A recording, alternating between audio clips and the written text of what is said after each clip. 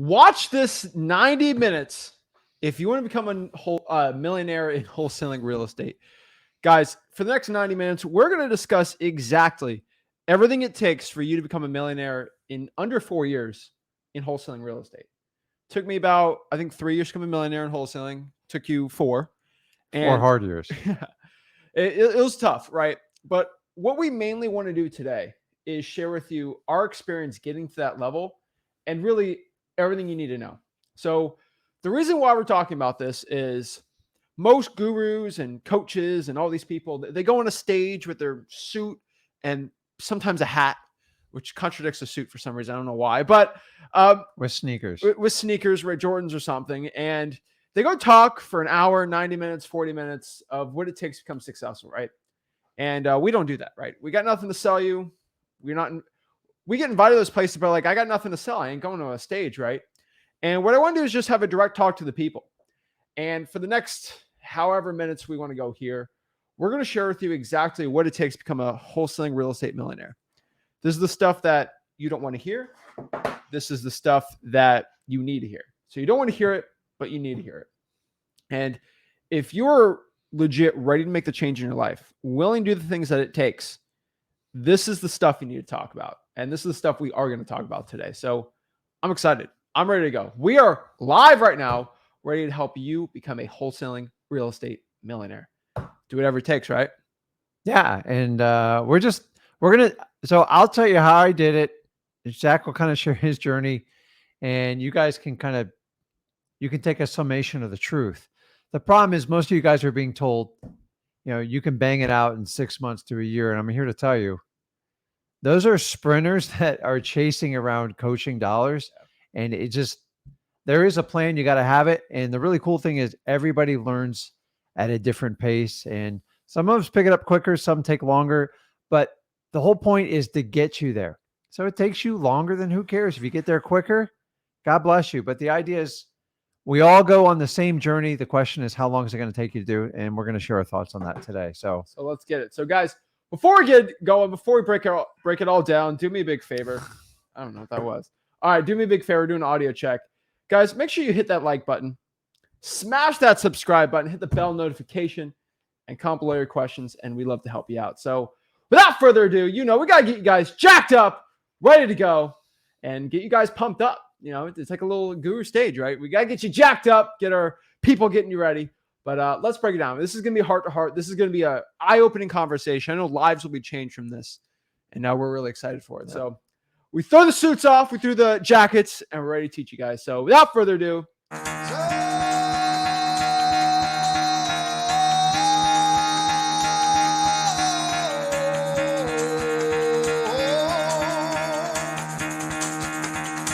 get the fuck out of bed, bitch, go.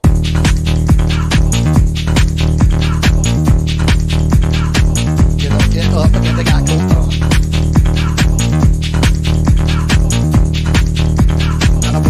Time to wake up, bitch, get up. Get up, get up.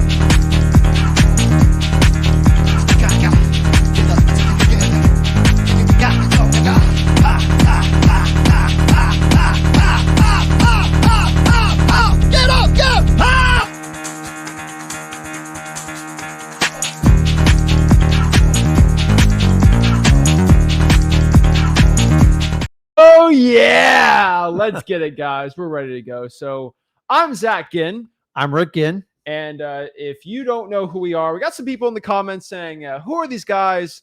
How does this person, what do they know? Why should I even listen to them? And all these things. So let's talk out from the beginning. All right. If you don't know who I am, I'm Zach Ginn. This is Rick Ginn. He's my dad. I'm the son. Let's talk about a quick thing about our story starting out. Just really quick. I know most people know it. But for the people in the back that never heard about us, that just watched the guru and they're like, who's this guy? Is this another guru who's going to sell me on something? Let us tell you the truth. All right. You started wholesaling you explain it. You started wholesaling real estate when? 2003. I started on the journey 20 years ago. And I was 33. How old were you? 3. Yeah. 3 or 4. So just to kind of give you a perspective how long I've been in wholesaling, and I did it when there was very little knowledge. and you had to take incredible risky action. You know, there was a lot more deals out then, but nobody knew how to like take stuff down. It was very, very mechanical and basic. So I found wholesaling because I was working my butt off in a corporate job. I went to school. I went to college. I spent my 6 years in college. I know it's too long, but my SATs were a little bit of a struggle. And I worked for corporate America, and I gave 12 years of everything I had. And honestly, I was tired. I was frustrated. I was terribly out of shape. And I gave up all my time to the corporate world. And as this little guy was coming and my daughter came in, I said, I got to make a change. My dad did this. I can't keep doing this. And I just got so pissed off. I just dove into wholesaling. And honestly, I was horrible at it when I started. So I started off trying to buy rental properties, and then the banks wouldn't give me a loan. And then I found wholesaling by accident. And then I went to all over the country. I visited everybody could to figure out how to do this. Some people took advantage of me. It's no different today. Fast forward, when he turned 16, he got curious, got tired of working. Bag boy job. Yeah. As a bag boy. But like, so Yeah. I'm going to stop here. So all I did is because honestly, I just like a regular parent. I felt he was smart enough. I go, maybe he doesn't need to go to the wholesaling route. He could be a lawyer. He could do whatever he want. And I gave him about 3. He kept bugging me and about real estate. So I gave him 3 books to read. I thought they were simple and to the point books. And I gave it to him. I gave him no direction. And if he reads all 3 of them and comes back a lot of questions, we can have a conversation. And not only did he read them, he like beat me up for the next like 30 days. And I'll let you tell the rest of the story. Yeah, that's pretty much it. So about 16, I was really interested in it. Started reading books. Didn't really start taking action until probably a month or 2 after I was 17. But basically what it means is he's been wholesaling 20 years. 16, I've been a bag boy since I was 14. I was kind of sick of it. And so basically when I get started in wholesaling, started listening from him, made it pretty clear I got to do the deals myself to learn it. So started reading, getting questions, and basically just put bandit signs out, which are those We Buy Ugly Houses signs. Got my first deal, 20 grand, made about 100K before I graduated high school. And from there, went to college, learned that I can't wholesale in the college town. And what I figured out was virtual wholesaling. And so I was the first person in the Ginn family to do virtual wholesaling. It was. So it's kind of cool. And I was the first person in the family really to do cold calling, right? I was kind of on my own. I did cold calling. I did virtual wholesaling. And that's kind of where I specialized really well because he was in the in-person guy. And he was kind of stuck in this bubble where it's like, this is all he knew. Not that it was bad, but like he was making good money. And so I started adding that on. And then when I came back from college after a semester, I didn't drop out. Everyone thinks I dropped out. I not drop out. I just did school virtually. I was actually allowed to take the tests online, and they thought I was still on campus, but I wasn't. But fast forward there, came back. We started working together as one, and I started adding this new thing called SMS text blasting into his business. And you thought I was crazy. I did. You think thought you I were was crazy. stupid. I was like, all right, we're gonna drop $4,000. He's like, woo! That's what, legit what he said. Like, yeah, what are you doing? And like, just do it on direct mail. We'll make more money. I'm like, no, let's try it. Did that. Did virtual. Went crazy, and we basically added on the crazy new stuff I was adding on to his business by working together, and then just blew it up. And from there, we partnered up. We scaled everything up, and now we run a 7-figure wholesaling operation locally, and then an additional 7-figure operation virtually. And we are working currently right now on a 7-figure operation for JV deals. So that's pretty much it. You know, we make millions of dollars wholesaling real estate, and we have a YouTube channel where we teach it. And lo and behold, we created a free wholesaling course, which has hundreds of thousands of people in it now. And the rest is history. So we make millions of dollars wholesaling. Don't even believe me. Don't believe him. Just watch our YouTube vlogs. I show the HUDs. I'm the only one that does it. And most importantly, if you go to freeholding.com, you'll see the scrolls and scrolls of people that are getting their first deal. Yeah. Thousands and thousands and thousands of people getting the first deal every single year from us. So that's why I think guys should listen to us here. So we became millionaires pretty quickly in wholesaling real estate, and we're on a journey to teach you it for free. And so we don't have nothing to sell you. So the information here, there's nothing at the end of this where it's going to be like, oh, hop on a call or discover something and talk with it's none of that stupid stuff. Okay. I'm just going to give you information, and I don't want anything else. Okay. I just want you to learn wholesaling and become rich just like me. Okay. This business has helped me. Business helped you. We want to give back to the community. So let's talk about it. You want to become a millionaire. You want to listen to some millionaires. Don't listen to a broke wholesaling guru. They don't show any HUDs. They don't do this. All right. It's sad. So let's talk about this. You want to become a millionaire in wholesaling, or you're struggling in wholesaling. We got to talk about something that is going to not be fun. We're going to go straight into the teeth. Like I said before, this 90 minutes, this is going to be the stuff you need to hear, not the stuff you want to hear, right? Yeah, it's guys, there's going to be this is the talk that you need. The reality is your father or like that crazy uncle needs to give you. And you've got to understand, you guys aren't paying us. So that frees us to tell you the truth. There's no other coach, mentor in the wholesaling space that can do that, because their primary focus is always on sales. And like, listen, I don't even blame them, but that's their business. When you do a coaching model, it is a full-time business. I don't trade my time for dollars. I really don't care if people agree with me or not. This is just the way I do it, because here's the one thing I learned. I told Zach over 20 years, and this is how we came up with the free wholesaling is I've never met a real estate coach that was happy with what they're doing. You know why? Because they average a 90 to 95% failure ratio, and they all admit it. Why? Because they don't tell you the truth. And that's still, here I am 20 years later, we have the exact same problem.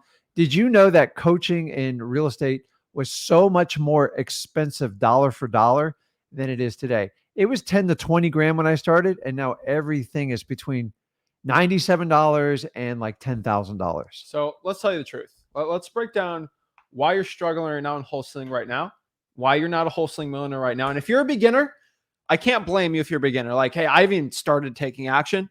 Okay. But for the majority of wholesalers that listen to gurus and do all this thing, let me tell you one thing. Most gurus, most real estate coaches, everyone's like, why do you talk about gurus so much? I tell you about gurus because it's a trap. This is what we call the guru trap. And this isn't even the reason why you're not being successful right now, but a lot of you guys are stuck in the guru trap. We call it the wholesaling real estate matrix. And it is absolutely true. It is a matrix. You're stuck in it. The gurus feed off your money, but they don't want to feed off too much because then you'll die out, right? They want to give you just a little enough or to keep coming back for more. To work you up the ladder. And so they're feeding off of you. And what the guru trap basically means is we're going to give you some information, but we're not going to give you the complete thing, because if you know the complete thing, then you'll be done, right? So this is exactly the truth of having a pet. They're treating you like pets. So here's the thing. If I have a pet, let's say a pet dog, all right, or a wolf or a fox or whatever like that, I'm going to feed it every single day. So it's dependent on me and me only. Mm-hmm. And so if the fox ever wants to go out and learn how to hunt in the wild, no, I'm just going to feed you. How can I learn how to hunt for myself? No. Here's the food. 4 o'clock every single day, you get it. And it's like crack, right? Like this is all you know. And no one, the person's not going to teach you. Why are you going to learn to fish? I'll just provide you the fish, right? That's the problem. And so the guru trap puts you in a wheel where, I'll give you one example. There's one person that has a free wholesaling course. Free wholesaling course. Whoa. They made it, I think, like 6 months after we had made our free course. And the course will teach you, it has 2 videos in marketing. 2 videos. They're like 4 minutes each. That's all of marketing apparently for wholesaling. 8 minutes. That's all you need, right? They'll give you some marketing stuff, and then they'll teach you how to find cash buyers on like some old website, like List Source or something like that, right? And then there's a little module called acquisitions, and I'm like, okay, I know how to kind of find a seller. I know how to find a buyer, but what do I do when a seller wants to sell their house? How do I close them? You click on acquisitions. Hey, that's a premium subscription. If you want to pay me $15,000, then I'll teach you acquisitions, but I can't teach you acquisitions right now. That's a premium subscription thing. I'm like, so you're going to teach me how to market. You're going to teach me how to find cash buyers, but you're not going to teach me how to close sellers. So you're feeding me, but you're not giving me enough to actually succeed, or I have to come back to you, or I have to pay you money to do it. And so this is, I think, the first thing we have to talk about why you're not being successful right now is because a lot of people are in that trap, right? They're just trying to suck up information as they can, and it's not good. I want you to know gurus hide half the stuff they want to tell you because they can't justify someone spending 15 grand to learn their content. So avoid the guru hamster wheel trap and you'll do well. Freewholesaling.com's got everything you need. So let's talk about this. And also, we do free one-on-ones on the YouTube channel. Mm-hmm. No other person does that, because if they did that and somebody asked a legit question, they can't answer it, right? And so a couple of gurus have tried to do one-on-ones, and this is how the one-on-ones go. Ready? Yeah. Hey, how do I close a seller? What's your script for it? That's a good question. You know, if you join the Zooms that we have on our $15,000 mastermind, you'll know. And that's how, and then they did terrible, or the videos, because it's like, that's a hard question to ask. You know, you got to pay for that, right? So they don't do it. So free is, the word free is so misleading in wholesaling.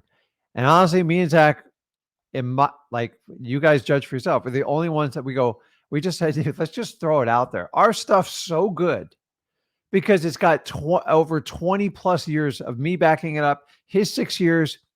And it kind of like, it brings in like 2 generations, and we go, what if we just teach people how to find deals and help them out? And then in return, if they want to do deals with us, that's the ultimate endorsement of a program. And by the way, we have the only course out there. It's 100% transparent. You can look at it without even paying for it. Challenge any guru, before you pay them, I want a Don't pay them. Yeah, I want a 30-day trial, or I want to see your course. Okay. Yeah. You're never going to get there. Why are they so like scared to show you the course? If they're so experienced doing it, guys, it is a huge play. There is a huge run up in the market, and they say self-teaching courses are the most lucrative thing going right now, and everyone's a millionaire doing it. Guys, it's easier to flip students than it is real estate. I guarantee you that. I know that for a fact. That's why you have this fake economy I got going on. So me and Zach just decided to pull the wool off, just make the whole thing free, period. Exactly. So let's talk about this. That's the first thing I understand of why you're not being successful in wholesaling. You're stuck in the trap, because I see a lot of people in that trap. They leave the trap, they go to us, and it's good, right? And so let's talk about this. Why are you being poor in wholesaling? Why are you not doing deals? Why are you not being successful? Let's talk about why you're not a millionaire right now. It's the honest truth. Let's talk about the honest, stinking truth. There's 4 reasons when I talk to somebody that has been wholesaling for 6, 7, 8 months, they haven't gotten their first deal. 90% of them fall under 3 categories, and 99% of them fall under 4. Mm-hmm. There's 1% that have what I call external factors, right? You know, they got sick, they're in the hospital for 4 months, right? Like, that's understandable. But for most things, it's all in your head. So let's talk about it, right? Number 1, a lack of honesty with yourself. I found so many wholesalers have a lack of honesty with themselves. One thing is, you know, Zach, I cold called for 5 hours today. And I'm like, okay, did you truthfully in your head do as much as you possibly could in that 5 hours? Yeah, I think I did. Or maybe, like, it's just, no. If you got to understand that you have to be honest with yourself to become successful. And so a lot of people are like, oh, you know, I have an accent, so I can't be successful in this business, right? It's like, you know, in your head that you know all these millionaires in real estate and in entrepreneurship that have accents, and they're extremely rich. Accents aren't going to be the thing that's going to stop you, okay? The CEO of Google has an accent. Mm-hmm. The CEO of Microsoft has an accent. Like, heck, it's the CEO of Tesla has an accent, right? South African, right? Like, most of the richest people in the world all have accents. It doesn't stop them from closing billion-dollar deals. It doesn't matter. So you got to understand that, you know, for a fact that having an accent's not going to stop you. But you're being dishonest with yourself when you try to make an excuse in your head why you're not being successful. Oh, I'm not good enough at cold calling. It's like, you know what to do to get better, right? Yeah. It's a lack of honesty. So guys, if you can take number 1 to heart, honestly, this is probably the biggest struggle when people start out in wholesaling. And it's okay, because the reality is you've been programmed by your family, particularly your parents, and your peers around you. Look around and look what's going on.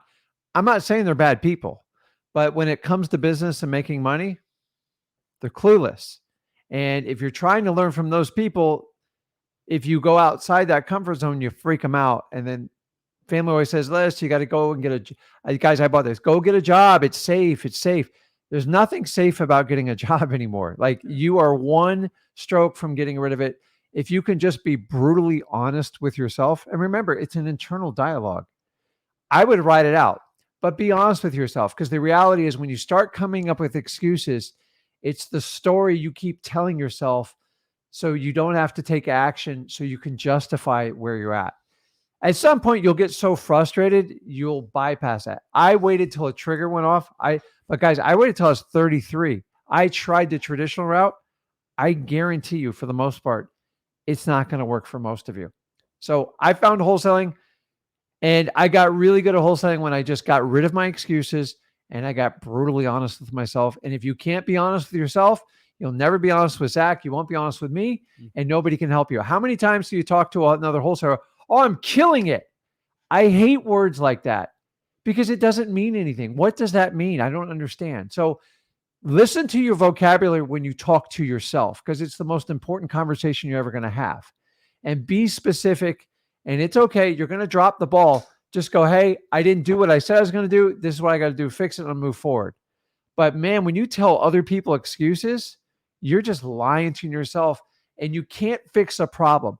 Listen, if you have someone that's overweight and they won't accept they're overweight and they won't get on a scale, there's no path to fix it. It's the same thing in wholesaling. If you're not going to take X amount of actions, I promise you, you will not have success in this journey. So be brutally honest with yourself. If you can do this one task, and by the way, this is not only for wholesaling, it's with your family, your relationships, everything you do in life. If you're just honest, it's just easier. And I don't know why we all been taught to tell ourselves a BS story and we justify it with excuses. If you can't get past this is the head game me and Tack talk about. You cannot become a millionaire. It's physically impossible because you're always going to live under the pressure of your parents and your peers, and they don't want you there because you're going to scare the heck out of them doing it. So be brutally honest. Honestly, if you can't do this one, don't even worry about the rest of the steps. Yeah. And by the way, I fought this one. And the reality is, to become a millionaire, you have to change who you are. It doesn't mean to change your character or your family values, but you have to become somebody else because you're somebody that is not making the money, and you have to change. And that is the hardest part of the journey. That's it. So I go in one-on-ones all the time. I get a question like, Zach, I'm in a non-disclosure state. What do I do? And I say, okay. Do you go to freewholesaling.com? When we just specifically say what to do if you're in a non-disclosure state, they said, yeah, I went through the entire course. Like, okay, well, when you went to the wholesaling fundamentals and we talked about non-disclosure states, what did it say? And the person's like, well, I skipped that part. You just lied to me. You just weren't honest with me. You're not going to be honest with yourself. I tell everybody, if you want to be successful, go through all of freewholesaling.com. Every if, and, but, how do I pay taxes? It's all in there. I even have taxes in freewholesaling.com because I covered every single thing. Title companies, questions, all these things. And so if you're not going to be honest with me, you say, oh, I went through the whole course, but you only went through one part of it. The only person you are being shortcoming to, the only person you're failing is you. Guys, you going through the course or not is not going to make me any more money. I will not get any financial gain from you going through the entire course or just going through half of it. The only person who is failing is yourself. You're failing yourself. You're failing your financial future. You're failing your kids in the future of their financial prospects. And most importantly, if you do not get this wholesaling thing done and you work a regular 9-to-5 job, you are robbing time with your own kids. That's who you're failing. You're not failing yourself. You're failing your future family and the time you have with your family that you are going to give up for a 9-to-5 job. And so, no, you're not failing me. I've already made it. We're millionaires. I've already said this, we could shut off the YouTube channel, shut off social media, go ghost, live on a ranch in Montana. Make a lot of people happy, wouldn't it? And make a lot of gurus happy. And we could just make millions of dollars off the passive income in the real estate we own right now. Got a lot of multifamily, got a lot of great stuff. We can just do that. We can go stop it, right?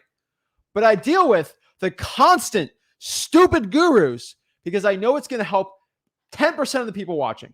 They're actually going to take action and change their family's financial future forever. And so I want you to understand that the lack of honesty with yourself, it's failing you. It's not failing me. Honestly, I care about you guys, but if you're not going to do it yourself, it doesn't matter. And this brings us back to number 2. Your routines are failing you also. I can say this a million times, and I've said this a million times. There are scheduled junkies out here. All right. Do you guys know someone? And just say in the comments, right? Like say, yes, I know this person that is always busy.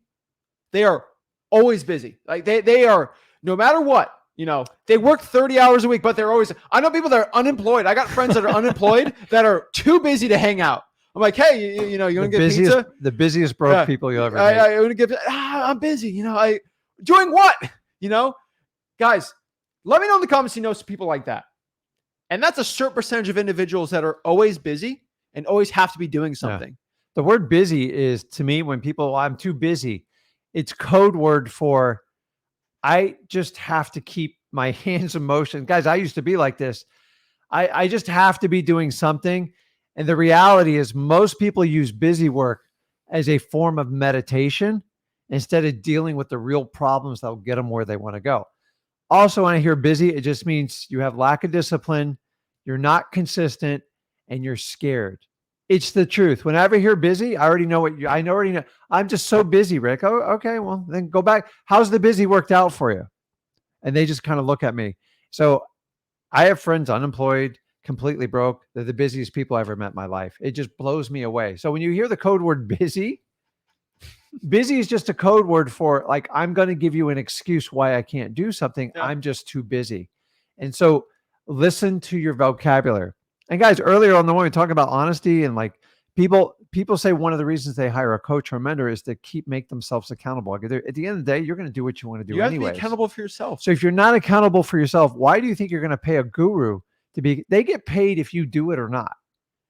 So you have a scheduled time. They go on. They got 100 people on a Zoom, and they say, "Rick, did you make those 500 cold calls?" And you're like, "I tried." Okay, that's your accountability, and that's what it is. So guys, accountability and the code word busy, you need to recognize it and understand it. Exactly. I just think the busy thing is like, I get, so let's talk about next part here. This is for the people that are starting out or they're making 250 grand a year in wholesaling, but they're not a millionaire, right? Because they work 70, 80, 90 hours a week. Let me tell you one thing. Those people are who I'm talking about too.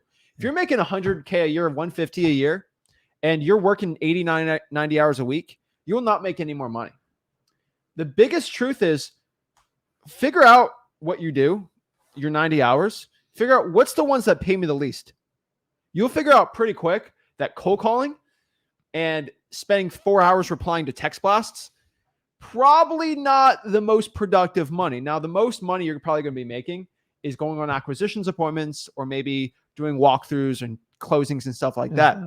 If you can figure out how to train VAs to do some of the tasks for you, you go from working 90 hours a week to 90 hours a week. But guess what? That extra 45 hours you save, use to more productive activities. You go from 150 to 300. Then you get acquisitions and you get out of the business and you actually make more money. Guys, if we did the business, as somebody that did 90-hour weeks, 100-hour weeks at 19, 20 years old, and you've done those too, right? All the time. It's stuck in a grind. I've done them in wholesaling and I've done them in the corporate world. As someone that does that, I can tell you that I would only be able to make money in half virtual and half in person. But because I have a whole team that'll do the in-person, the virtual, and the JVs, I have separately seven-figure wholesaling revenue sources versus having one. Because I paid people, I took 30% off the top and paid people, but I was able to triple the income by only getting rid of 30%. So I spent a third, but I got 300 back. And so this is the thing about being rich is like being busy ain't going to get you rich, right? The people that brag, guys, I'm not the guy that works 80 hours a week anymore. Okay. In wholesaling real estate, I'm roughly 5 to 7 right now. And that's because you do the other 5 to 7. But like I do other things, I like having fun. Like I'm not the guy that is working. I do work about 40 hours a week on everything I do. But really for wholesaling specifically, it's like, no. And the other 40 is like stuff I like to do just because I want to. Yeah. But the thing is, the people that brag about working 100, 120 hours a week, it's like, that's not going to get you. The routines are failing you. And once you get to that point, you go from 0 to 100. I get it. You got to grind. But 100 to 150, 150 to 3, then 3 to 5, then 500 to a million. It's not about how hard you're working. It's how smart you're working.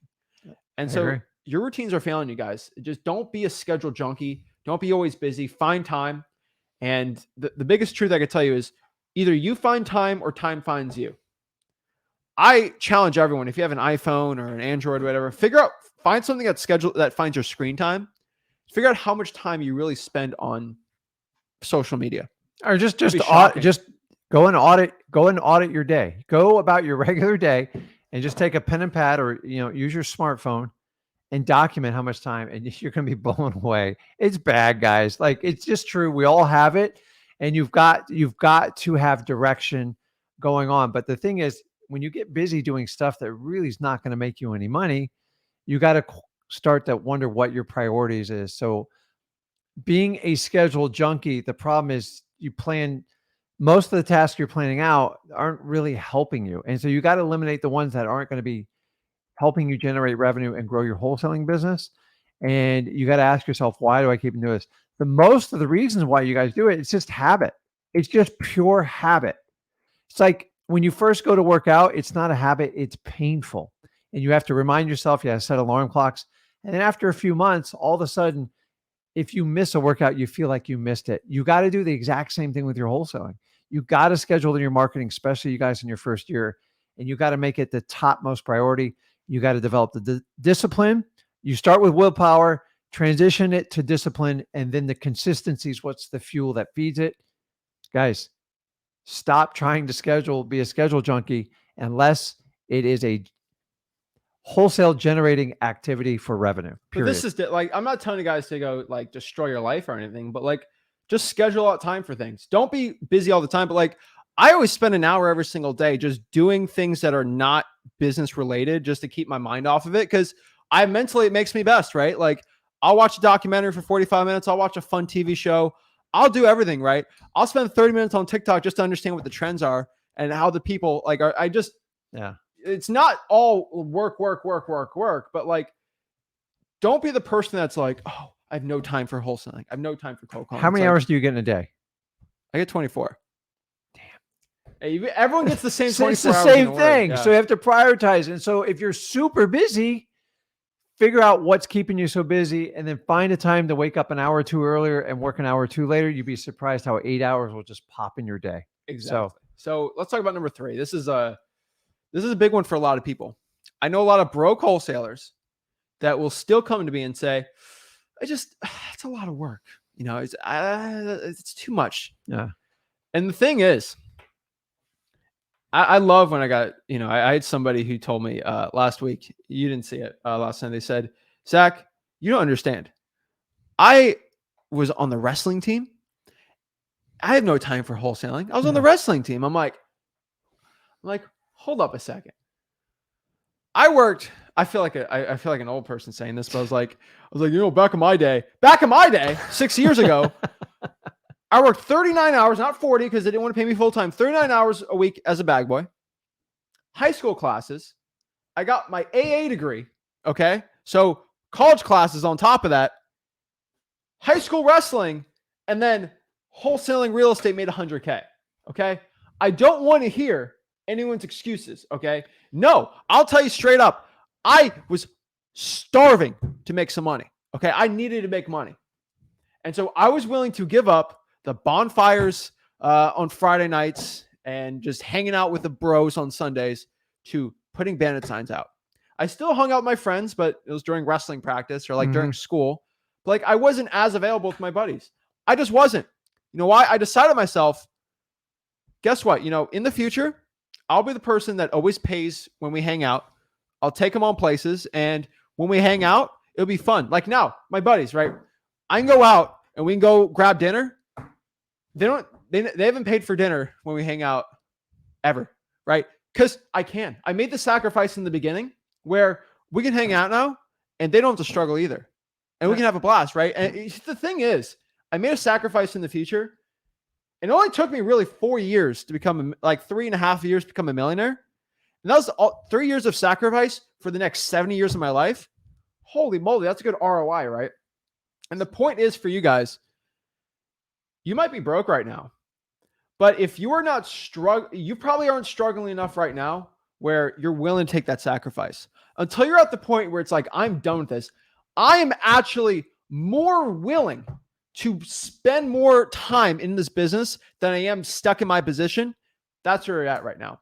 One example I always say, this is the absolute truth, right? You've done this before. I've done this before. They're called cold plunges, right? Where you go into an ice cold bath to like get your energy up, right? Like it's good for you. It's healthy, but it shocks you, right? Most people, when they have to take a cold shower, it's like, oh, I don't want to do it. I do like a nice warm shower for the record. Yeah, but like 99% of people, when they are in front of an ice bath, they're gonna say, screw that, right? No, right? They're all gonna say no, and they're not willing to do it, right? Versus a nice warm hot tub, everyone's all for that, right? Here's the thing. If I bring someone who's there, like, nah, I don't want to do that, right? You hate that stuff, so you never do it. But here's the thing. I'm not a big fan of that. But if your hair caught on fire and there's an ice cold tub right there, you could care less about how cold that tub is. You are more scared. You are more worried about the fire on your head than the pain of going in the hot tub. In the cold plunge, because it will extinguish the fire. The analogy means your hair's not on fire yet. You're not at a point where you're more scared of being broke than doing the pain of cold calling, the pain of actually going in here and taking action. The thing is, your fear of being broke has to be greater than your being broke forever. It has to be greater than the fear of cold calling, the fear of taking action, the fear of starting wholesaling. Until that happens, you will never take the action you need to do. So let me give you a couple examples. So I lived comfortably till like my early 30s. Why? Dude, I didn't have a role model. I didn't have guidance. We've all been there. So I did it later in life, and then I had to make sacrifices. Now, I'm going to be honest with you. It's a lot more painful when you're older because I had obligations. I had I had a mortgage. I had 2 young children. Everybody thought I was absolutely losing my mind. Now, because I made a change back then, there's the reason my son is sitting in front of you and the reason why we're both on here. And number 2, he decided to make that sacrifice at 16, 17. So we cut his time in half. And a lot of people are like, oh, no, you probably spoon fed him. I go, dude, I was so hard on him on wholesaling. I made him do everything on his own because I've never bought him a car. I didn't pay for his college. And if you guys are learning with parent, I'm just telling you, I had to make him hungry or he was going to go do something else. There was a risk where he's just going to go hang out with his friends and do what teenagers do. Sleep outside every night. I didn't do that. Okay, I'm just kidding. I'm just telling you, there's got to be a hunger because you got to become almost obsessed with wholesaling and everyone's going to think you're crazy. And it's the sacrifice that you have to make. It's painful, guys. And I had to do it when I'm older in life, when like everybody else is kind of set and they made some discipline. I didn't make that decision. I screwed around. I played around and like we can all relate. And what I'm trying to relate to you is the other part of this is a lot of you are treating wholesaling like it's a job. Like it's 9 to 5. I'm going to show up. It's not. It's the farthest thing from a job you'll ever have. And if you treat it like a job, you're going to get job results. What do you get in a job? You get a yearly review. Maybe you get a 2-3% increase if you beg. Now I learned like the best wholesalers always went out and they got it. You got to just get hungry. Here's the reality is he's going to tease me on this. For the longest time I grew up, and this is built in from my father, and let me know in the comments if you can relate. I set the thermostat at a certain number, and I was the ruler in the house. And if you mess with that thermostat, what was my famous line every time somebody changed the thermostat? I don't own stock in FP&L. Please stop changing that. And like, I just got to the point where someone once said to me, he's like, you're just way too comfortable. I'm like, what do you mean? He goes, if you have to look at your electric bill, you need to make a change in your life. And so I haven't looked at an electric bill in like 5 years. I don't even know what my electric is. I'm not doing it because I'm reckless. No, you complained about in December because you put the heat on and by accident overnight and the bill like 5x'd. It was like a $900 bill. That was the only time I said something. Your place has too much square footage. That's the problem. But what I'm saying is you can relate. I spent a majority of my life trying to regulate the temperature to try to save an extra 50 or 60 bucks a month. because it was 40 degrees in Florida for like a week. It was more than most people's rents, but it was insane. But what It I'm was- saying is like, it's like we're not struggling like enough, because the idea is you want to get to the point where you never ever have to worry about like your utilities again. Guys, listen, I've been there. I've been completely broke. I've tried a lot of different things. I'm just telling you, if I didn't make the sacrifices now, I don't have to worry about my electric bill. I don't have to worry about my water bill. I prepay everything as far in advance. I don't really carry mortgages other than income producing properties. I had to give up a lot in my 30s and 40s to get there. It just took, and remember, we always talk about how some people pick it up right away. I guess I'm a little bit slow of a learner, but man, when I get it, it's done. And that was my struggle in school. Like I didn't understand adjectives and pronouns. I didn't understand. Nobody would ever explain it to me logically. And they go, listen, this is the way we're going to teach it. And if you don't get it, you're just dumb. And that's when they told me you'll never get a job. And they were right. I just learned differently. I wanted to learn stuff that would actually make a difference in my life. And I questioned everything in school. I got kicked out of more classes.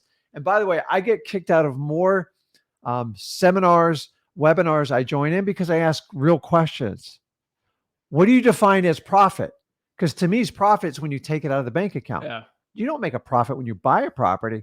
And so what I'm saying is you got to make your struggle like count. A lot of you can only get your latte coffees. You sit in nice, comfortable air and you're like, listen, I got a roof over my head. I'm coming. And you're right. And you're entitled to that. But if you really want to make a difference, go out and just put it all in. And here's the crazy part is you're going to get wildly uncomfortable. Everyone tells me it's successful. And they're like, Rick, this is crazy. I'm scared to death. I'm doing projects right now that horrify me. I'm scared to the bone when I get off because I'm going to that next plateau where you got to do like $5 and $10 million purchases and you put up a lot of risk. I have that same feeling in the day I started in wholesaling, and I want you to understand risk on it. But it's like there's like it just they're There's much some risk, longer but projects, and like I'm not used to it, so I would I'm not make you do uncomfortable. something that risky. Or I could sit and just do wholesaling forever and never try anything else, and honestly, I would be comfortable. So you always going to push yourself to really till the day you die, and there's no difference in wholesaling. You've got to push yourself to get wildly uncomfortable to make that change. Because I remember looking up to people, I'm like, how do they do this? How do they have that? And honestly, the one factor, the only way I gauge someone, I never look at their house, I never look at their car. I do look at their boat. That's a different story. I look at how much freedom they have and how much they spend time with the people they love the most. That is my qualifier. Guys, it's not always about how much money you make in wholesaling. It's like, how much freedom do you have? Can you walk away? Are all your bills paid? And can you take care of family during tough times? If you can do that, it's amazing. If you can start it at 17, I'm amazed by you. I didn't figure it out till later. And honestly, if you're 60 or 70, who cares? It's just a number.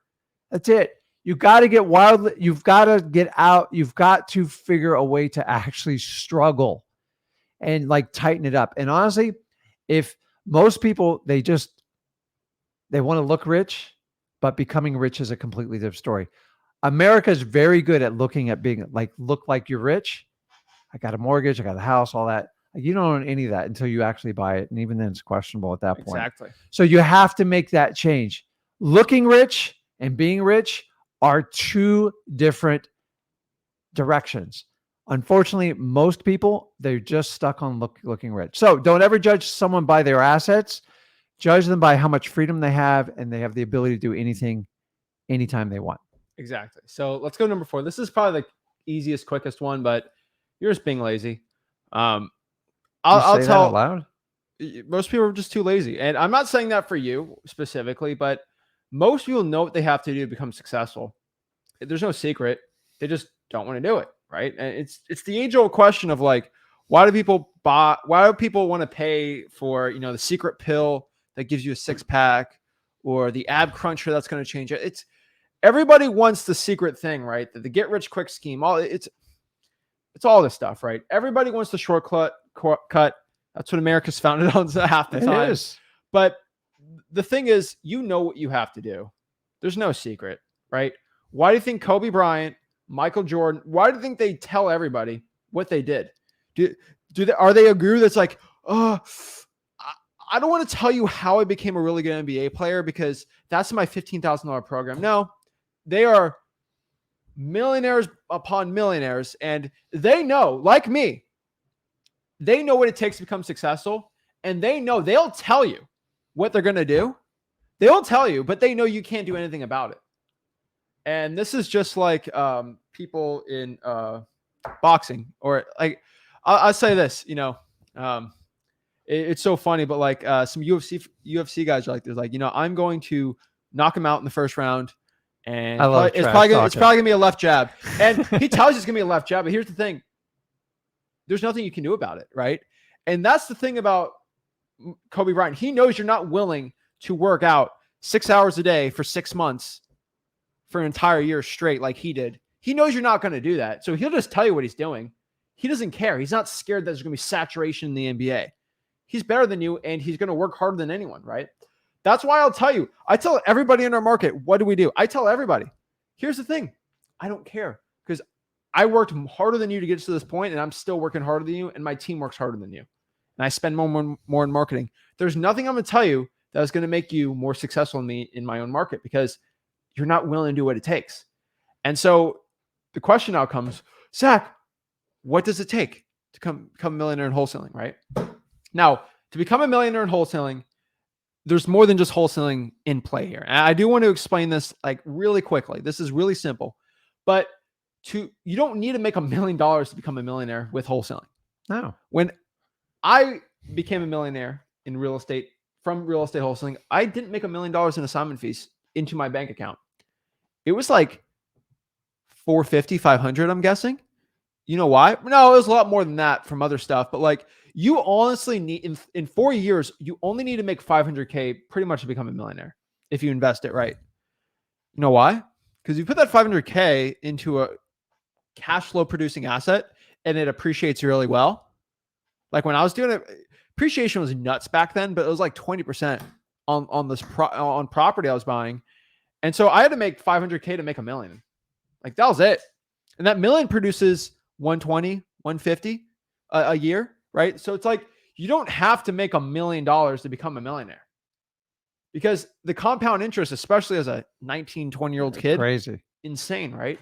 And so that $1 million I made when I was 21 years old, when I'm 60, that's probably going to be hopefully worth 5 million, 5 or 6. It'll make me, so me putting in 500K into an investment, it will pay me 500K in passive income once I'm like 50 or 60 for the rest of my life, right?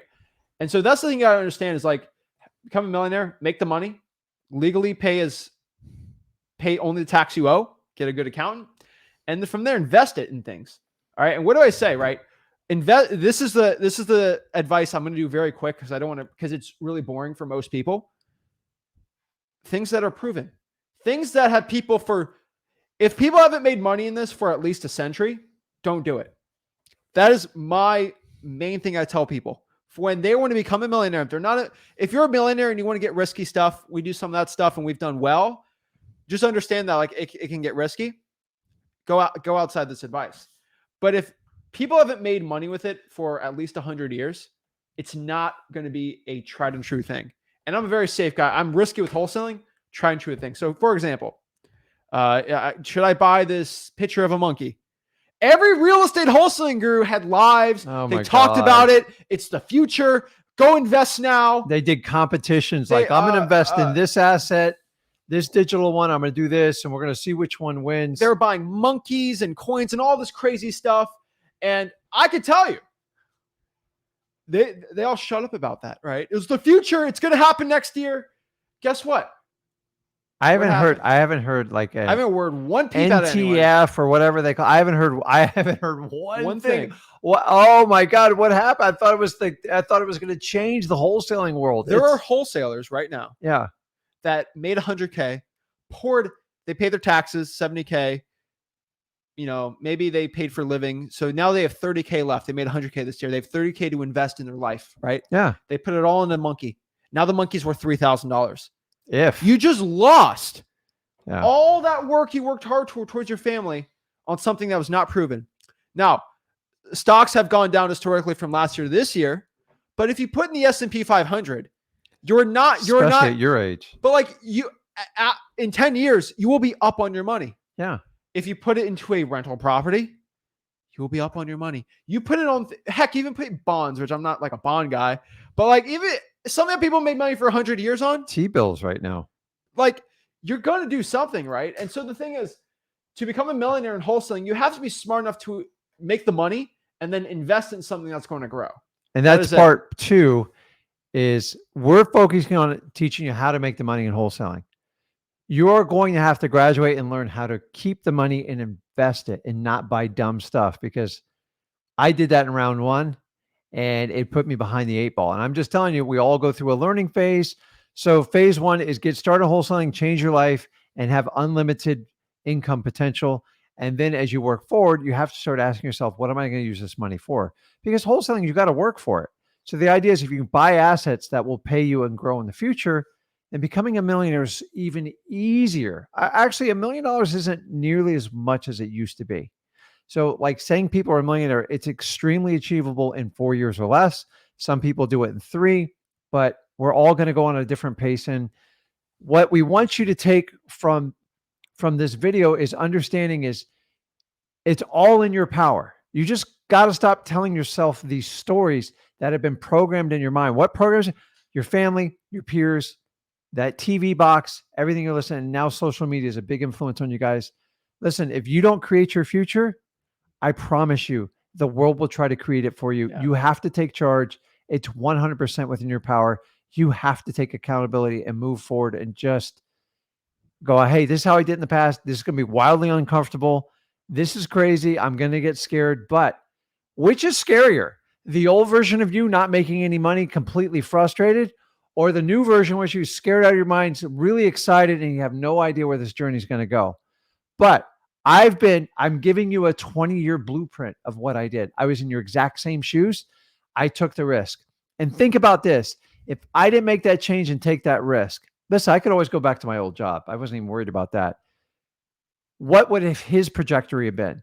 You don't know. And honestly, if you want to change the legacy of your family, somebody's got to step up in your family and make that change. We all got to just stop being sheep and doing what everybody else does, because we know where that leads. Exactly. That's the truth, right? Don't look rich, be rich. And that's the thing too. A lot of people, they'll run up some money and then they'll buy the car, they'll buy the watch, they'll buy a house they probably can't afford. And at that point, it's like you got nothing to invest yourself. What did I tell you to become a millionaire? You have to invest the money. Yes, honestly, the only real investment that I have ever seen that is like guru worthy that actually makes sense is a watch. And I'm not telling you to go buy a watch, but most people, if you buy a nice watch for like 10, 15 grand, in 30 years, it will not depreciate. It will probably appreciate. The car, the whip, no. Like that won't appreciate. A house to live in, sure. But like the only thing that, like the suit, the Gucci, it doesn't go up in value. Yeah. And so like, but don't buy that. Get the stocks first. Get some money first. But what I could tell everybody is when you're going up and doing this, like guys, I closed I had to go to the bank today. It's probably a little late today. I had to go to the bank today and wire a large sum of money for this insane like vacation Airbnb I was buying. Do you think I had to go pull up and be all fancy?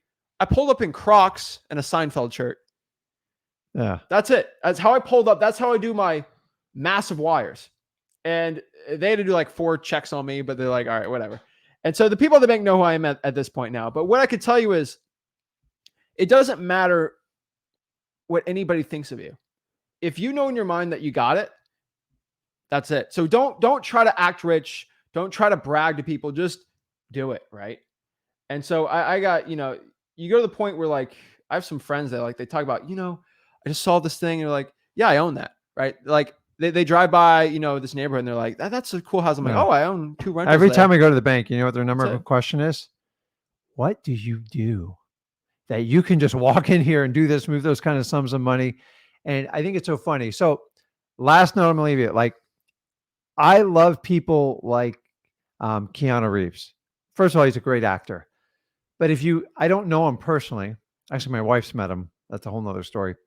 But that guy is beyond like the Matrix. Well, it took very, very good care of him. Still one of the best-selling movies still to this day. And that guy goes so far out of his way to be a regular. He rides the subway. He helps homeless people out. He wears regular clothes. He won't shave for months on end.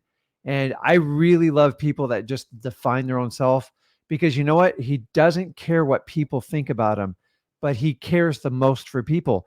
And I think if society, if we would switch and look at role models like that, but we're all going to the bling. Oh, I got this. I have that. Dude, go look up Keanu Reeves. The stuff he does is absolutely amazing. John Bon Jovi is another one of my like heroes. Like he has a restaurant where you decide if you're going to pay or not. And he helps the homeless out, and he regularly works in the kitchens. The man's, how much do you think John Bon Jovi's worth? He's back there washing dishes, helping his staff out, because that's what true leaders do. And I love people like that. And I just wish more people would be like that. And I've always instilled Zach, like, it doesn't matter how much money you is. The quality of a man or a woman is defined on how they treat everybody. So I just dealt with somebody, I bought a piece of property, and my whole staff's like, that's the nastiest person I ever met in my life. I'm like, I know, but we just got to get through it. That's for a different day. But that it's crazy though. But like, it doesn't matter. Like, if you're going to cheat like the janitor or like the homeless, terrible, you're just a terrible person. I have nothing else to say for you. Exactly. So that's the part we want to talk about. So let's break down the last part. And this is the part that I think is most important. Yeah. Okay, Zach, you told me the problems. You told me what I'm supposed to do, but how do I do it? And so let's just break down really quickly how to just make your first 100K. So for everybody that just hasn't made 100K, they want to make 100K this year in wholesaling. This is what I could tell you to do. All right. Do what we call the 3-3-3 approach. Pretty simple, okay? They say the best things in life are done in threes, or the best pairs come in threes, right? Dwayne Wade is obsessed with the number 3. Interesting, right? So 3-3-3 approach. Is this simple for everyone? Except when you get married. Just get married once. Try. True. But 3-3-3. Okay, think about 3-3-3. All right. So everyone's, what do I do? What do I do with it? 3-3-3. Let's talk about it, okay? Go.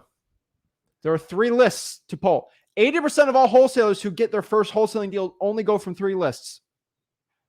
80% of all wholesalers only get their first deal from only 3 marketing channels. Fascinating, right? Let's talk about it. Drawing for dollars. List number 1. List number 2, government lists. Remember, guys, at freewholesaling.com. I'll pop it up on the bottom. That's how you actually learn how to pull government lists. Code violations, water shutoffs, fire damage properties. Love government lists. Then paid lists, right? Mm-hmm. Vacant properties, high equity, lien, zombie properties, stuff like that. Paid lists, I love it, right? And I'm just running through this because this is all at freewholesaling.com, but it's like, you want to get some money, you make 100K, go after these type of lists. The next part here are what we call the 3 main marketing channels that where most people get their first real estate wholesaling deal. Number 1, cold calling. There's no ifs, ands, or buts around it. Cold call sellers. That is where most people get their deal. But I'd say there's a new, 2 years ago, this was not a case, but it's becoming the case now because of us. Sticky notes. I'm telling everyone, slap sticky notes on houses. Because when you cold call, only 30-40% of them are going to answer if you get lucky. Lucky. How about you have an 80% or 90% callback rate? Insane, right? Because if you add cold calling and the sticky notes on there, reverse drawing for dollars, which we teach at freewholesaling.com, you'll be good. Gurus are literally making courses on this as we speak. There are currently 2 what they call ever webinars, where it's a webinar you have to schedule a time for, but it's a recorded video. But magically, it's available in 10 minutes. It's available in 10 minutes. And they're all for the sticky notes and methods for using sticky notes. They just copy our stuff. But like I'm telling you, it's amazing. Slap a sticky note on a house, say, hey, this is Zach. I had a quick question about your property. Boom, do it. Oh, I'm too scared to do it. Number 1, lack of honesty with yourself. You're not scared to go and put a sticky note on the house. It's a limiting mindset for yourself. You know it will get you closer to your success. That's what you got to do. And lastly, SMS text blasting. SMS text blasting was popped up very well for a while, and then the carriers went nuts on everyone. And now it's coming back because they figured out ways to go around the Twilio. AI has come back to actually make all the text blast. And phenomenal. If you've ever had a text blast motivated sellers, and you ever used a service where it's like press stop at the end, ruins You're it, done. right? You're done, right? And so it took a while, but smszac.com right now, we got it all set up where you can use AI. There's no Twilio, and it's pretty much the cheapest you're going to get for 10,000 texts. One and done. When you get it one and done. So with the AI and everything, that's a great one too. And then what's the last 3? We've got 3-3. What's the last 3? It's what we call the 3-1-1 split. That is it. The 3-1-1 split. So, okay, Zach, I know the lists.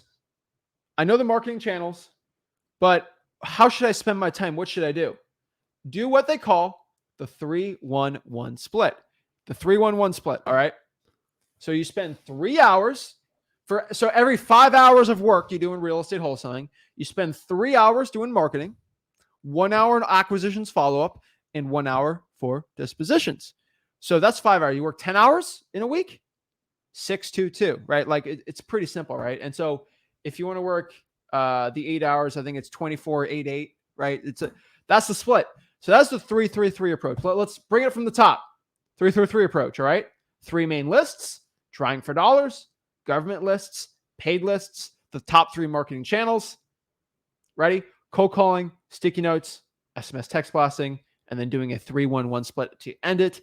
That is how you get rich in real estate wholesaling. Now, if you want to learn how to do this, go through the whole step-by-step. Stack, how do I pull a pre-foreclosure list, right? You had a great live on it yesterday.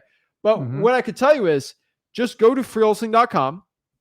We will literally break down. In freewholesaling.com, I literally go on my computer for one of them and I say, okay, we're going to be calling the code. No, we're going to be calling the pre-foreclosures and the probates. And I just pull them online like that. Just boop, boop, boop, boop, boop. I'm like, give me a market. Okay.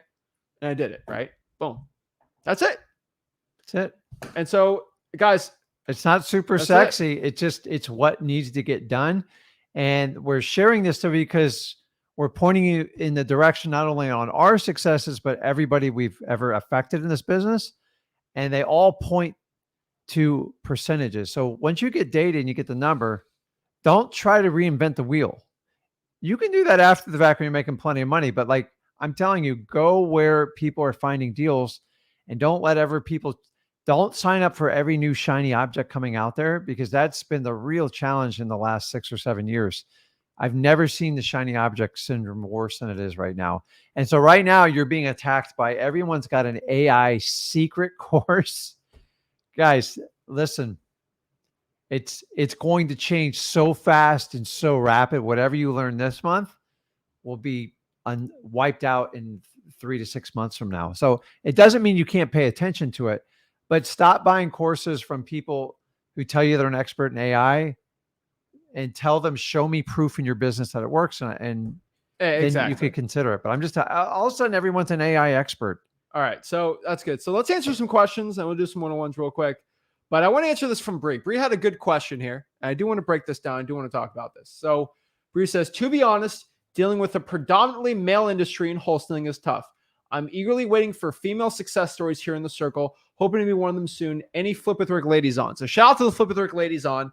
I will tell you, it is predominantly male, our audience. But I'll tell you this, if you look at the females, they have a higher success rate than the males on this channel. Hands down. Listen, I've already told you a secret. I'm just like, guys, don't get upset. For the most part, women are better at wholesaling. Why? Because, dude, this is going to be painful. They listen more.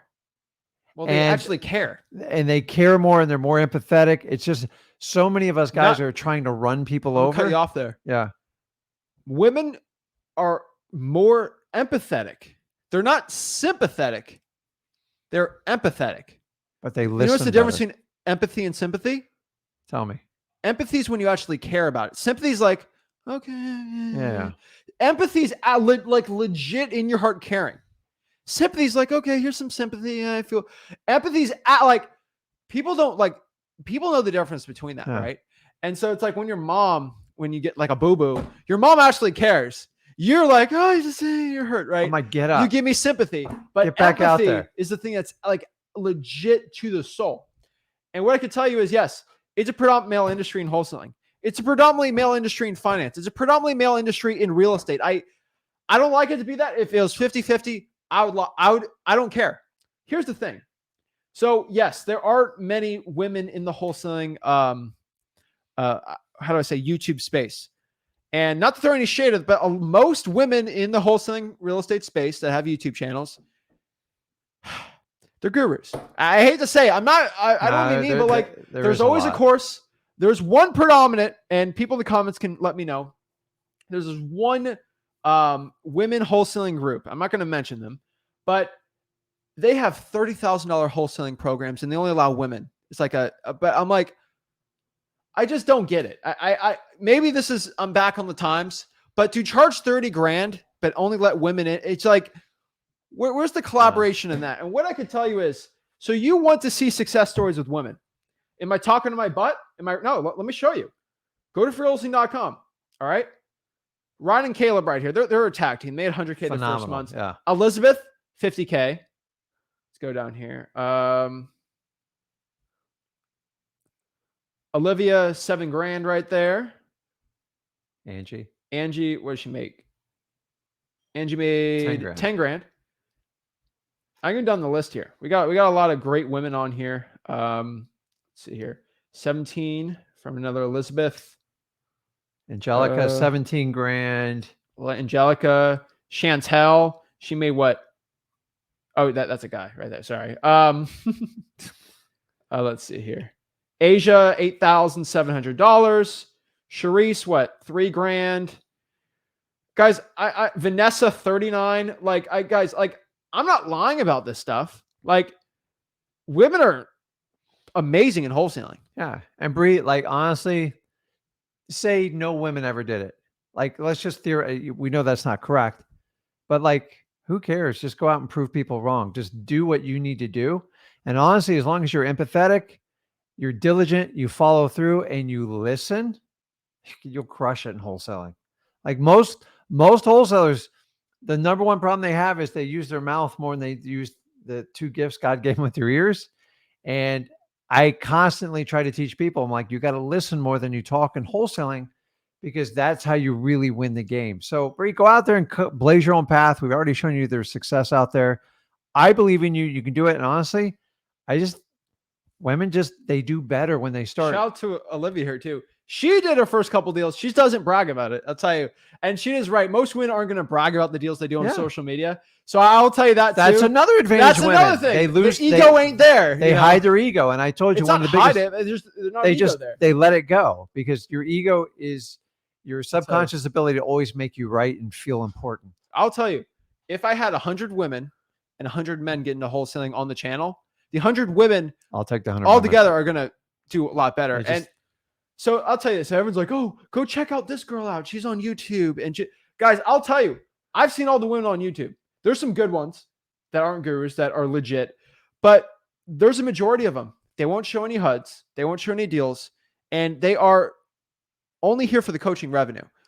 And if it's a guy, I'd say the same thing, right? Like, just telling you guys, if they're not showing actual HUDs and they're not if they have wholesaling courses, I ain't going to trust them. Yeah, guys, because they make more money coaching than they're ever going to make in wholesaling. And honestly, it's easier, it's scalable. And that's why you guys have this phenomenon of everybody trying to sell you a coaching course. It's just true. It's the truth. And if you understand it and recognize it, it doesn't mean all of them are bad, but for the most part, what's your business? Is it coaching or is it wholesaling? And if it's coaching, you need to heed the warning, because they have to move the product line constantly. And you're just a number when it goes through. So, but yeah, shout out to the women absolutely out here destroying it. Shout out to the single moms and the moms that have kids at home while wholesaling. There's a lot of great ones out here. Some of the ones in the I showed, they're single moms, they're married moms that are taking care of kids at home while being a stay-at-home mom. They just wholesaling on the side, making more than their husbands. I get some of the best stories. I'm like, the stay-at-home moms making more than the husband just at home wholesaling 15, 20 hours a week. Guys, I'll tell you, it's one of the coolest things I see, because, they hustle. And a lot of women out here, statistically more than men, they're not, they can build trust so much better because they show that empathy. And I think, I'm not saying it's the secret. I didn't crack the code on why women are better, but I'll tell you this. They show what we call legit empathy. No sympathy, empathy. And you know how I figured that out? I was telling this woman, she made 500 grand in wholesaling. And we're doing some JV deals. And she legit told me, she said, you know the reason why I'm doing so well right now? I'm like, why? She's like, I show empathy, not sympathy. All these guys in my market, they just show stupid sympathy. I show empathy. I'm like, that kind of blew my mind. Then I thought about it. I'm like, how do I do good on deals? I'm like, I just show empathy. Yeah. And so I'm telling you, that is what it takes. So shouts to the women out here. Want to give them their flowers. And yeah. So let's do some one-on-ones. You know, I talked to a lot of people on here. I want to help the people out. And yeah. So shout out here to DNA Capital Group. DNA Capital Group says, love the Minecraft background images.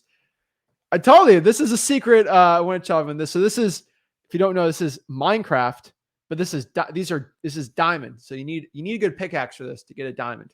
It's crazy. And so you're like, what is that? That's so stupid. I'm like, don't worry, the people like it. So yeah, so I'm telling you, look, people like the diamond backgrounds. They're doing well. I don't even understand it completely. So yeah, let's go out here and do some one-on-ones, guys. If you want to do the one-on-ones, go out here and go to Wholesaling Houses for Real. That is our Facebook group. And we'll go actually out here and you can hop on, do the one-on-ones. And yeah, that's it. So let's go out here and hop on, help the people out. So first one we got Angela. She's been on here patiently whole day. So shout out to Angela. Angela. Hi, how are you? Doing good. How are you doing? I'm doing great. I actually don't have any questions today. I'm on here watching you guys. You guys are just awesome. You have literally changed my life. And I want to tell people I did the whole guru thing. $8,000. No support. Oh you have God. Nobody to talk to ask questions to. You have nothing. And I wish I would have found you before I made my got my first deal, because I know I would have gotten more than 10,000 on it. But I'm just, there's plenty of women in this market. So Bree, if you're listening, like, go for it. Don't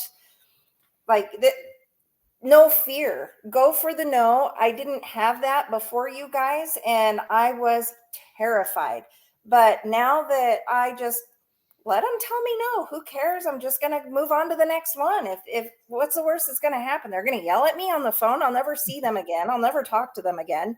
So ladies, get this with me. I love it.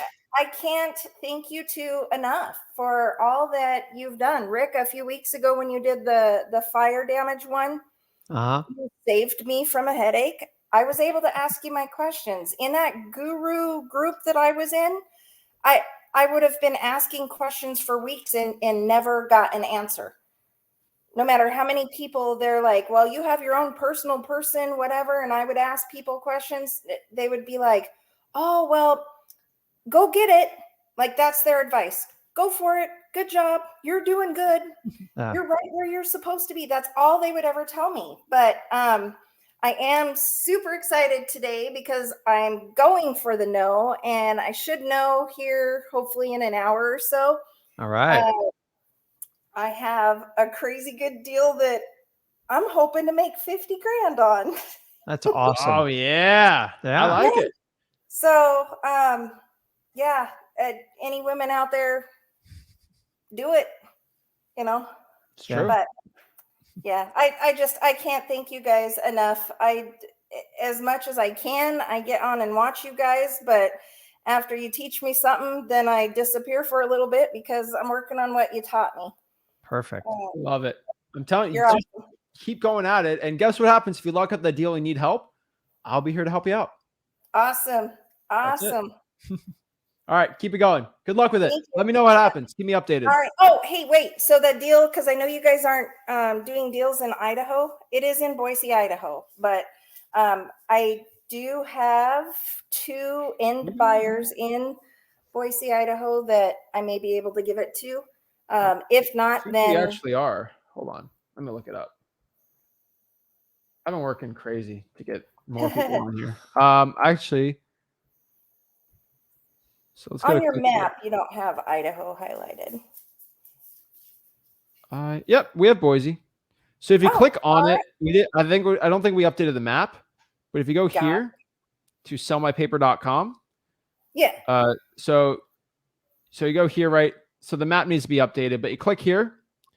You got to click on market. So we got Denver now too. So you go down here to it's done alphabetically by state. Boise, you just click that and then boom. All right. So yeah, we got Boise. Awesome. So then I may send it to you. Okay. Let's make All some money together. Well, if you're Awesome. gonna make 50K, try it yourself first. All right. I tell everyone, like, you're gonna make 50K, do it by yourself. All right. But whatever you No, need, just I be definitely patient. will try. Yeah, get your answer. Let us know what happens. I'm excited for you. Oh yeah. Awesome. Thank you, guys. Okay. Thank you. See you. Shout out to we're also doing another deal. And I want everybody on sellmypaper.com or submit their deals to know. I want to get people a little jacked up right now. I told everyone, whoever gets the biggest JV deal, I'm going out to the market and I'm going to hang out with them and I'm going to make them even more money. And it's just a prize for getting us the best deal, right? Because I'll make money off of it, obviously, but they do well. We currently have a closing set for Monday for one of our JV deals. $60,000 land deal. Next Monday. So you're going to have to top 60 grand for me to go out and see you. But looks like I'm going out there and I'm probably going to go to that piece of land with the person, with probably the JV partner. Yeah. And we're going to talk. And it's a cool place. And let's close on the deal first. Let's finish it. But I might even go out there this summer just to celebrate it. But 60 grand on a JV deal is kind of unheard of for me. And so I'm happy. I'm excited. Especially on a land deal. Not my biggest JV deal, but for the sellmypaper.com, oh yeah. And guys, we're just trying to make it easier for you guys. If you want to get access to us, we don't sell courses. We just work on deals because we already teach you how to do it for free. And if you go through the course and do all that, the real question is if you take the action and you get with motivated sellers, you now have an option if you're one of our qualified markets. So definitely take advantage of it. I love how people are going to make an exposed video. A guru's going to make an exposed video on us and they're going to say, you know why Zach's doing all this? Because he wants to wholesale more deals. I knew it. Expose it. I got exposed. He's making all this content because he wants to do more wholesaling deals. How dare this wholesaler try to make more wholesaling deals? Yeah. It's just so funny. But here's the thing. Gurus won't do what we do.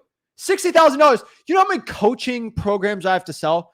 That's like 11 coaching $5,000 programs that I have to do. But guess what? I just do one $60K deal. Yeah, and it's like hilarious. It's a very high success rate as opposed to doing what traditional gurus and coaches do is 95% failure ratio, maybe 5% take action, and all you ever hear is about all these people that won, and understanding 95% of them are failing, and that's the problem with our business, and that's why we just flip the script on it, and we just march to our own drum, dude. So, like you do what you do, we'll do what we do. And honestly, if we all work together, we can help each other out. So yeah, guys, sellmypaper.com. I'm telling you, it's insane. So let's go answer some more questions and let's get it going. So next we got Ori. Hey, what's up? Can you guys hear me all right? Loud and clear. What is up? Man, this is crazy. I'm like, this is surreal. I'm starstruck. Surreal for me. Well, first of all, thank you guys for everything. The course is amazing, and like, I'm always watching your lives and replays. It's been awesome. So appreciate it. Cool. So I have a potential deal in Fresno, but I don't know. It's a commercial property on the end of a residential street, and I think once it's purchased, it'll flip to residential. I don't know exactly how that works, but it's not in a great area, right next to a railroad track. It's fire damaged, been vandalized. So I just don't even know how to go about even valuing a property like that. So I don't know. I just wanted to get your advice and, see if I should just leave it alone or if there's some more digging I should do. Well, I'll tell you straight up. First of all, if it makes, so this has always been said, but like if it doesn't make dollars, it doesn't make sense, right? Yeah. And so if the property can produce money, someone's going to want to buy it. Like if it can make, let's say $3,000 a month, I would want to buy that thing, right? It's got to be at a really good price because it's in California, and I don't like buying in California. But like if it's for the right price, I'll buy it. It's like a candy machine. It just spits out $3,000. And so it's like, for the right price, obviously I like to buy it, unless there's like, environmental issues or it's like gas in the soil or whatever. But like there's always a buyer for it if it'll produce money. And so that's what you got to look at. So the thing is like vacant land, that's where it gets weird because it's like, it won't really produce cash, but you can build something on it. That's okay. And so do you know if it's getting rent right now, if it can rent out? Like, what's the situation with it? No, it's not being rented out right now. So when I spoke to the seller, she was saying basically, she was thinking it would just be torn down and maybe somebody would build apartments or something like that. So it gave me some pause. I was like, it's pretty badly damaged. I didn't want to get rid of a lead and just leave it alone before talking to you guys. Well, or let me ask you a question. I've always used this example, and actually, let's switch up the example. Okay, I've always said about Michael Jackson. Let's change it up. Do you know what the 1979 signed copy of Voulez-Vous from ABBA is worth right now? A couple million. I don't know. A signed album just from it's not worth $1 million. It's probably worth a lot less. But do you know how much it's worth? A signed ABBA record from the 70s? I don't know. I don't know either. You know how I'm going to figure it out? I'm going to see what other ones are selling for, and then I'm going to guess that off of that. And so we go off for comps. Now, if you got no comps, how are we going to figure this thing out? It's worth something. We know that, right? Yeah. Some ABBA fan's going to like it. So guess what I'm going to do? I'm going to go to the ABBA fan club and ask, hey, how much would you buy this for? I'll pay you $50 for it. That's pretty cool. They signed it. I'm like, yeah, you can hang it up. Oh, I'll pay $150 for it. I'll pay $5. And you go to him, he'd be like, I'll pay you $5 for it, right? And so it's like $1, like $1, right? Because he might not be an ABBA fan. It's like it's whoever you're selling it to. So if you try to sell that deal to somebody that doesn't want it, they're going to buy for something stupid. But if you go to somebody that actually wants to get a nice prop, they're going to buy it for more, right?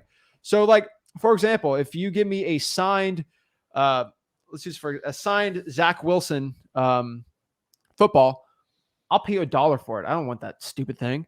If I go to a Jets fan, I'll pay $5. They're not happy with him right now, but they'll pay $5 for it. They're more willing to pay for it because they're a fan of the team and I'm not. And so if I go and I want to figure out what this thing's worth, I'm going to ask people that buy commercial real estate in the area, see what they're going to do it for. Right. That makes sense. Fresno's cool because you got a lot of that Silicon Valley money that wants to invest in real estate. And so you got a lot of really rich software guys that are making a lot of money, executives that want cash flow. And so there's a good opportunity in Fresno. You know this, Fresno is the last affordable housing in California. And so there's a lot of interest there. Yeah. And a lot of it's going to come down to the motivation of the seller and if they really want to get rid of it and you have an opportunity to strike because, it doesn't got a lot going for it. It's burnt. It's vacant. It's in a rougher neighborhood. But remember, one man's garbage is another, one man's garbage, one man's trash is another man's gold. So if you can, so wholesaling always comes down to minimizing your risk. So say you put it under contract, it doesn't work out. Do you really hurt this person? Like the property's going nowhere. So if you can get a great deal on it and the motivation's there, swing the bat because you're not kicking anybody out. There's no renters in there. You might as well just take a shot at it. But if they want like a super high price and like they think it's worth $1 million, then I would heed the warning and probably move on to the next one. Wholesaling is all about opportunity and figuring out what's your risk tolerance.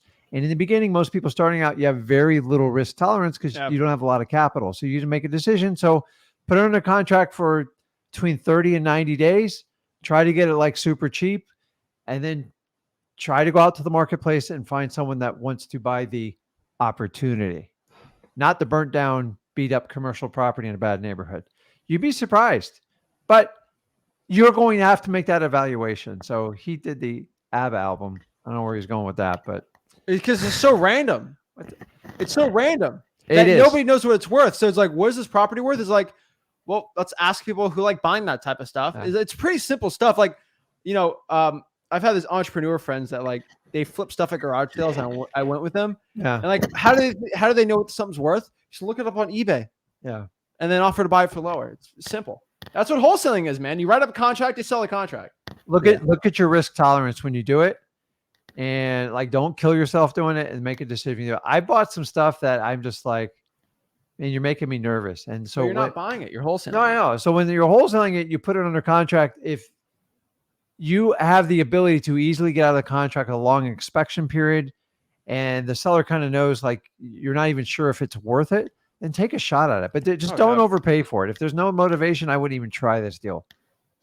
Yeah, that makes sense. So basically, maybe try to see some quick comps or something. get it for super cheap, and then just maybe hit prop stream, try to find some commercial buyers in the area and just see if they're into it. That's it. If it doesn't work out, either cancel it or renegotiate it. Just You're not going to get a landlord that buys 100 residential units. He's probably not going to buy it. It's a commercial guy. Right. And so go after the commercial guys. You'd be surprised. Okay. All right. Thanks, guys. Give it a shot. Okay. Appreciate I it. appreciate it, man. Tim. All right. Have a good one. Thanks. All right. Really quick. We got CK. Yo. What's up, man? Hey, what's up, brother? I had to cut my truck off, see if you can hear me. All right. What's up? How can I help you out? Got a question, but I want to get your thoughts before I get to the question. So, got a potential land deal on the table. It's in Henderson, Nevada. It's close to Las Vegas. It's 0.37 acres, so it's a third of an acre. So when I contacted the guy, he was very desperate to sell, so he had it at 150. And then I told him like, oh, well, we can't do that. Let's do 95. So we agreed to a 105 price because he needed to get something for his wedding and all of that. So he turns around the next day, listed it on market. So now it's kind of like I'm competing with on market, but we still have a contract in place, right? Yeah. So still trying to get this deal done. And I reached out to some real estate agents to get it done, but the real estate agent was like, yeah, you need to give me like power of attorney to actually sell it. And I'm just kind of like, yeah, that don't sound right, for you to be doing that as a buyer's agent. So, and I'm kind of hitting some dead ends trying to sell the deal. I thought it would go decent, you know what I'm saying? It's closely in Las Vegas, but, contacted real estate buyer's agents, hit up some landowners, and other people who just built, custom built homes in the area and hitting dead ends. So what you think? Let me ask you, what did they say when you offered for them to buy it? Did they just say no? As far as the investors? Yeah. So it's either you didn't talk to enough people or the price is too high. What's the reason why they didn't want to buy it? Only answers I got back was just no. Or no response at all. I would try to hit back and I ain't get no feedback. Did you ask why? Asked why. They just said, no, I'm just not looking. That's it. All right. And did you just give up after they said that? Or did you say, no, can you actually tell me why you're not looking to buy? Is it the wrong areas? Is this?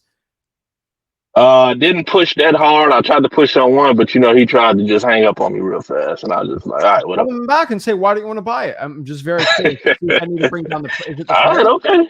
Because I can change the price if you want, Mr. Cash Buyer. You got to figure it out.